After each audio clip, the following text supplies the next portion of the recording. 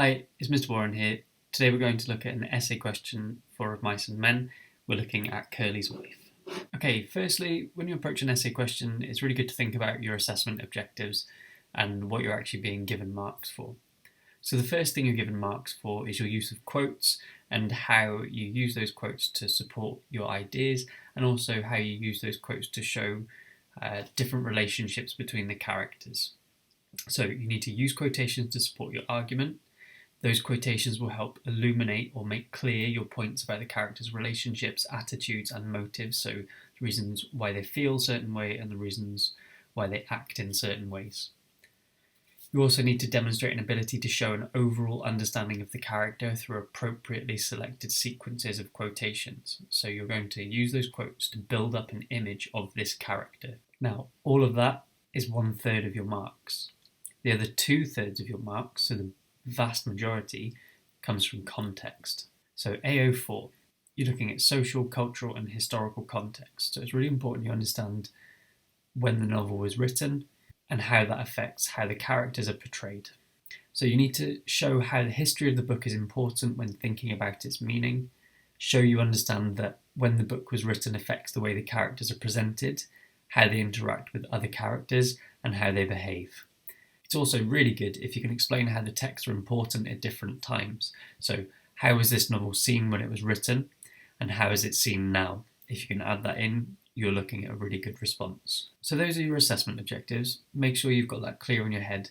It's all about quotations and using appropriate quotations, and then predominantly making sure you show the examiner that you understand that the social, cultural, and historical context affects how the novel was written and also how the novel is perceived. So how people understand the novel today is affected by the history of the novel. Once you're clear on that, it's really important to make sure that you are sticking to the question focus. Now, to do that, you're going to explode the question. So look at the question, pick it apart, and make sure that when you answer this question, you're focusing on the right thing. So our question is, how does the writer present Curley's wife in the novel? This is your question focus. So it's a character-based question, and it's obviously about Curley's wife. You can talk about other characters, and it's actually really important that you do that because you need to talk about those character relationships like we've already talked about. But you always need to bring it back to how this tells the reader something about Curley's wife. But also, it's really important that you remember to support your answers with reference to the novel and comment on its social, cultural, and historical context, because that will be part of the question in the exam. So as well as talking about those quotations and how it shows a relationship between the characters, you also need to show how that relates to the social and historical context. So your AO1, you need quotations, quotations, quotations. It is all about specific reference to the novel and things that are said and done in the novel. You're not just making stuff up that you think is true. You need to show that you've read the book and that you've learnt those quotes. And then AO4 is context, context, context. And it's so important that you don't forget that because it is 2/3 of your mark. So how much should you be writing? I'm going to give you a quick guide for an essay structure that should help you get full marks on this exam and this part of the exam. To start with, quite sensibly, you need an introduction. Now, don't spend ages on your introduction. It can be 1, 2, max 3 sentences, okay? I'll show you an introduction when we look at an example at the end. Then you're going to split your essay into 3 sections, and each section is going to have 2 linked paragraphs. The first paragraph will be linked to a theme, and the second paragraph will be linked to the same theme. So if your theme for paragraph 1 is discrimination, your theme for the second paragraph will also be discrimination. I'll go through the themes with you in a second. And then the same for your second theme and for your third theme. So you'll introduce a theme in a topic sentence. You'll then write 2 paragraphs on that theme, showing it taking place with different characters in different points of the novel and always linking it back to Curley's wife. And then finally, you have a conclusion. I'll just quickly go through your themes here. You'll obviously look at these themes in more detail and you'll have more guidance from your teacher on the essay structure at a later date. But this is a broad outline of what your essay should look like. Okay, so here's just a quick list of the themes. So we have dreams, friendship, broken plans, the weak and the strong, loneliness, discrimination, and the American dream. There are others, and your teacher might have a slightly different name for a similar theme, but those essentially cover most of the themes in the novel. Right, so now we've looked at the structure of your whole essay. What I'm going to do for you now is talk about the paragraph structure. So if we go back, we've got two sets of Peel paragraphs. Okay, I'm going to show you what one of those Peel paragraphs looks like. So your paragraph structure will look something like this. You'll have a topic sentence. You need to introduce a theme and explain its overall effect in the novel. Now this topic sentence you only need on that first of the pair of paragraphs. Then you need to introduce your point. Now your point is your main argument for the paragraph. So you need to say how it affects the character in the question. So you're linking your theme to the character. So for example, Curley's wife, you might introduce the theme of discrimination, and then you're going to make your argument about how she is discriminated against. And that would be your argument, your point. Then you need some evidence. Remember AO1, it's really important that you support what you're saying with quotes. So choose a quote that supports your argument. You then, of course, need to explain your quote, because you might think it supports it, but you need to make it really, really clear to your examiner, almost like you think they're a bit stupid, that the quote you have picked shows what you are arguing it shows. So make it clear why your evidence supports your argument. Then expand. Discuss how this quote affects the characters' relationships. Now this gives you an opportunity to perhaps discuss another character and show your real understanding of the novel. It might be a similar thing happening again, or it might just be another snippet from the same conversation. We'll look at this in more detail when I show you the example. Okay, and now we get to the context. This is the link part of the paragraph, and it comes in 3 sections. If you follow this formula every time, then it will give you a really good mark for your AO4. So your first part of your link, you make a general link to context. So for example, you make a link suggesting that women were treated poorly in the 1930s in this way. Link 2, you give a specific historical example. For example, it might be that there were some laws passed that married women weren't eligible for certain jobs, or that men should be preferred to them because of the Great Depression, and it was thought at the time that men should get jobs when married women should just be at home. Okay, so that would be a specific historical example. And then link 3, you then talk about that happening in the novel, or an example of that. So you might talk about the fact that Curley's wife wanted to be in the pictures, as she puts it, but instead she's a housewife and she spends all her time at home and she really resents that. Okay, that's your 3 steps for including context. If you follow that formula every time, it gives you a nice little structure to make sure that it's relevant to the rest of your argument. So make a general link to context that's relevant to your point, then give a specific historical example, and then give an example that shows it happening in the novel. We'll look at this in more detail now when we look at what a good one looks like. Okay, we'll now look at that paragraph structure in progress. We have our question there, how does the writer present Curley's wife in the novel? And then we have the paragraph structure that I've just taken you through.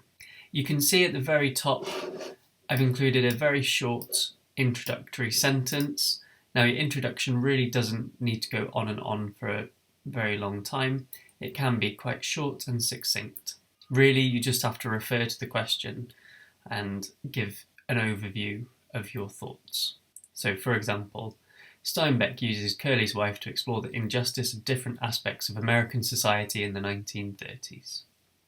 Then the rest of your essay is going to show that that is the case. Okay, so you remember from the overall essay structure I told you about, you're going to have 2 paragraphs linked on the same theme. The first one of those paragraphs is going to have a clear topic sentence, making it very clear that you're talking about one of the themes in particular. The theme that I've chosen to talk about here is discrimination and marginalisation. So I have my topic sentence, so introduce a theme and explain its overall effect in the novel. The negative effects of discrimination and marginalisation affect all characters in Of Mice and Men. See, I'm just introducing the theme in a general way, I'm not making it particular to the character yet. But you do quickly need to bring it back to the character you are talking about. We then move on to our point. Say how it affects the character in the question. In particular, Curley's wife, who is the only female character, is regularly insulted and talked about behind her back because she is a woman. So that's the argument I'm making.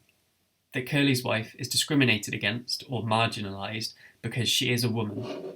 Then you need to introduce your evidence. Choose a quote that supports your argument. This is shown when Candy says she's...